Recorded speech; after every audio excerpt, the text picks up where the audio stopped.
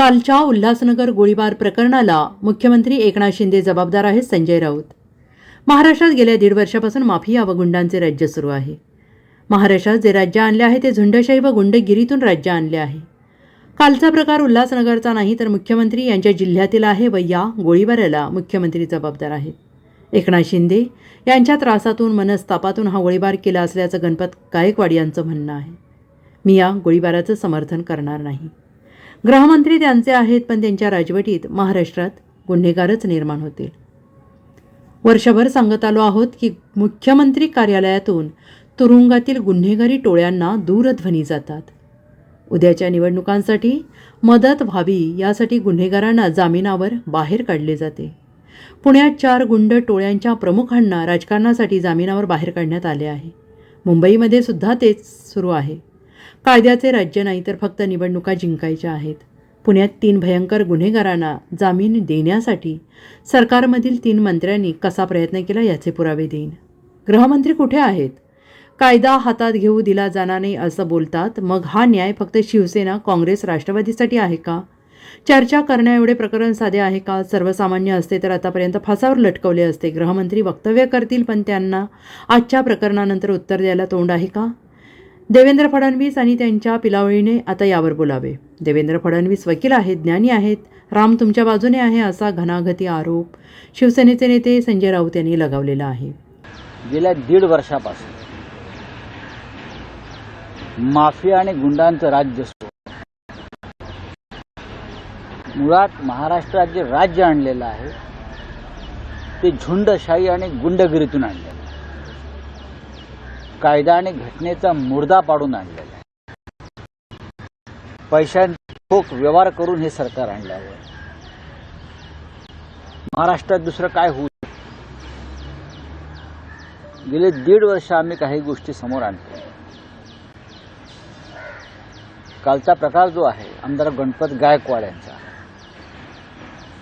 हा उल्हासनगरचा म्हणताय ते नाहीये. हा मुख्यमंत्र्यांच्या जिल्ह्यातला आहे.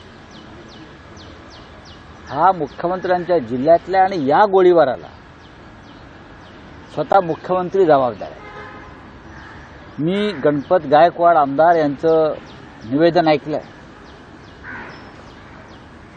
ते त्राग्यानं असं म्हणतायत, मी त्यांच्या कृत्याचं समर्थन करत नाही अजिबात.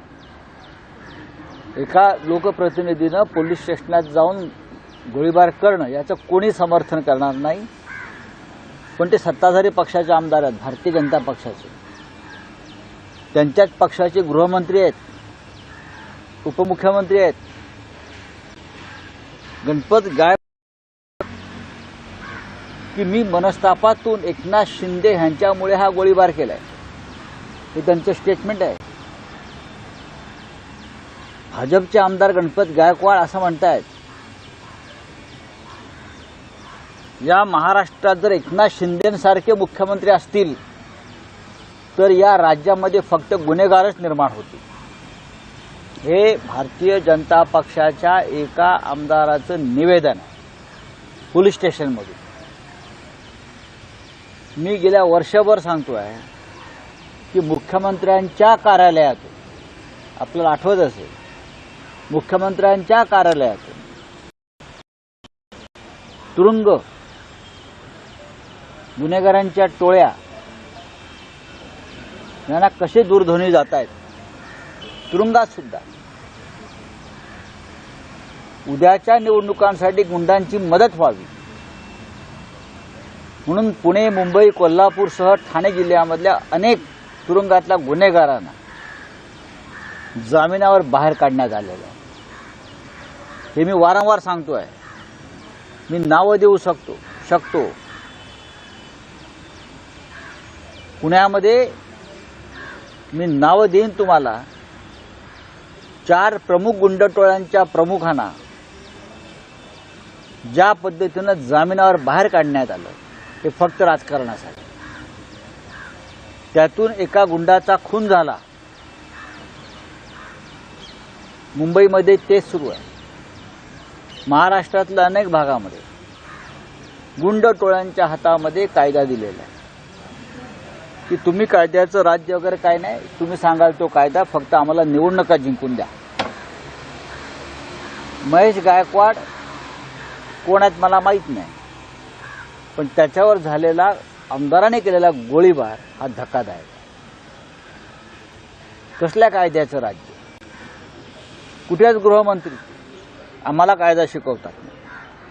हा, कोणालाही कायदा हातात घेऊ दिला जाणार नाही. हे काय फक्त शिवसेना, काँग्रेस, राष्ट्रवादी काँग्रेस म्हणजे खरी राष्ट्रवादी काँग्रेस यांच्या बाबतीतच आहे का? कुणालाही कायदा हातात घेऊ दिला जाणार नाही. एका आमदारांना गोळीबार करून सुद्धा मुख्यमंत्र्यांचं निवेदन नाही. गृहमंत्र्यांची भूमिका स्पष्ट नाही. अजित पवार म्हणतात मी गृहमंत्र्यांशी चर्चा करीन. हे काय फक्त गृहमंत्र्यांशी फक्त चर्चा करणं इतपत हे प्रकरण सौम्य आहे का? सामान्य जनतेने अशा प्रकारे कायदा हातात घेतला असता आणि तो जर एखाद्या विरोधी पक्षाचा कार्यकर्ता असता तर एव्हाना त्याला विना चौकशी फासावर लटकवला असता. हा, पोलीस आमच्या दारामध्ये येतात, आमच्या कार्यकर्त्यांना तडीपार करतात, खोटे गुन्हे दाखल करतात. तुमच्या जिल्ह्यात काय चाललंय? तुमच्या जिल्ह्यामध्ये माफियांचं राज्य चाललंय. नागपूर असेल, ठाणे जिल्हा असेल, मुंबई असेल, पुणे जिल्हा असेल, राजकीय स्वार्थासाठी, राजकारणासाठी, निवडणुका जिंकण्यासाठी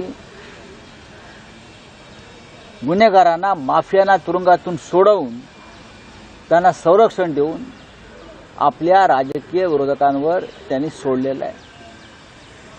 हे चित्र महाराष्ट्राचं अत्यंत भयावह आहे. आता माझ्या निवेदनानंतर गृहमंत्री वक्तव्य करतील बरं का, पण त्यांना तोंड आहे का? आजच्या प्रकारानंतर त्यांना तोंड आहे का? या भाजपवाल्यांना काय चाललंय या राज्यामध्ये? गणपत गायकवाड यांचे निवेदन हे सामान्य माणसानं पूर्णपणे समजून घेतलं पाहिजे की मी मुख्यमंत्री शिंदे यांच्यामुळे गोळीबार केला. ते गुन्हेगारांना पाठीशी घालतायत, ते गुन्हेगारांना मदत करतायत. हे त्या आमदाराचं निवेदन आहे. गणपत गायकवाड हे 3 टर्मपेक्षा जास्त काळ आमदार आहेत आणि त्यातला बराच काळ ते भारतीय जनता पक्षामध्ये आहे अशी माझी माहिती आहे.